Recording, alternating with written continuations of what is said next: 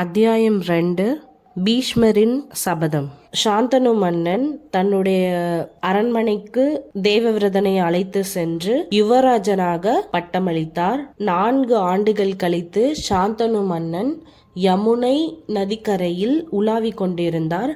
அப்போது ஒரு அழகான பெண்ணை கண்டார். அவள் ஒரு மீனவ குலத்தை சேர்ந்தவள்.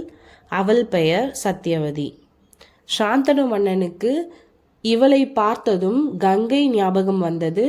இவளை கண்டதும் இவள் மீதும் காதல் வயப்பட்டார். அவளிடம் சென்று விசாரித்தார்.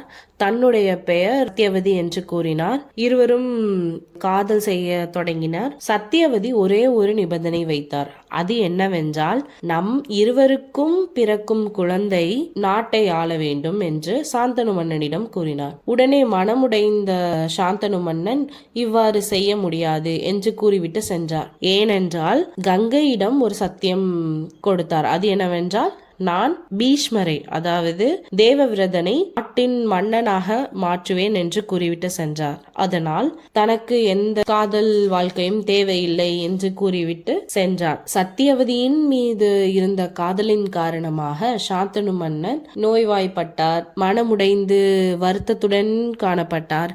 இதை கண்ட தேவவிரதன் தன்னுடைய தந்தையிடம் சென்று என்ன காரணம் என்று கேட்டார். அதற்கு அவர் எதுவும் சொல்லவில்லை. பின்பு மன்னனின் தேரோட்டியிடம் சென்று தேவவிரதன் கேட்க, அவர் யமுனை நதிக்கரையில் ஒரு அழகான பெண்ணை கண்டார், அவர் மீது காதல் கொண்டார் என்று தன்னுடைய மன்னனின் கதையை கூறினார். பின்பு சத்தியவதியை சென்று தேவவிரதன் சந்தித்தார். அப்பொழுது அவர் கூறினார், என்னுடைய, அதாவது எனக்கும் சாந்தனு மன்னனுக்கும் பிறந்த குழந்தை நாட்டை ஆள வேண்டும், இது என்னுடைய நிபந்தனை என்று கூறினார். தேவவிரதனோ சரி என்று ஒப்புக்கொண்டு தான் திருமணம் செய்து கொள்ள போவதில்லை, தங்களுடைய குழந்தைகள் தான் நாட்டை ஆளும் என்று சத்தியம் கொடுத்தார். இவ்வாறாக சிறிது நாட்கள் கழித்து சாந்தனு மன்னனுக்கும் சத்தியவதிக்கும் திருமணம் நடைபெற்றது. அவர்களின் தவ புதல்வர்களாக 2 குழந்தைகள் பிறந்தனர். அவர்கள் சித்திரகாந்தா மற்றும் விசித்திர வீரியா.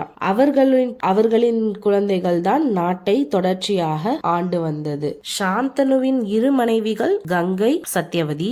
கங்கைக்கு பிறந்த குழந்தை பீஷ்மர். அவர் திருமணம் செய்து கொள்ளவில்லை. சத்தியவதிக்கு 2 குழந்தைகள், அதாவது சித்திரகாந்தா, விசித்திர வீரியா. சித்திரகாந்தா இளமையில் இறந்ததால் அவருக்கு திருமணம் நடைபெறவில்லை. விசித்திர வீரியருக்கு 2 மனைவிகள், ஒன்று அம்பிகா, மற்றொன்று அம்பாலிகா. அம்பிகாவிற்கு திருதராஷ்டிரா பிறந்தார். அம்பாலிகாவிற்கு பாண்டு பிறந்தார். அந்த திருதராஷ்டிரர்கள் தான் கௌரவர்கள் என்று அழைக்கப்பட்டனர். பாண்டுவின் புதல்வர்கள் பாண்டவர்கள் என்று அழைக்கப்பட்டனர். இவர்களுக்கு இடையில்தான் மகாபாரதத்தின் முக்கியமான அத்தியாயமான குருக்ஷேத்திர போர் நடைபெற்றது. அதை பின்வரும் பதிவுகளில் காணலாம்.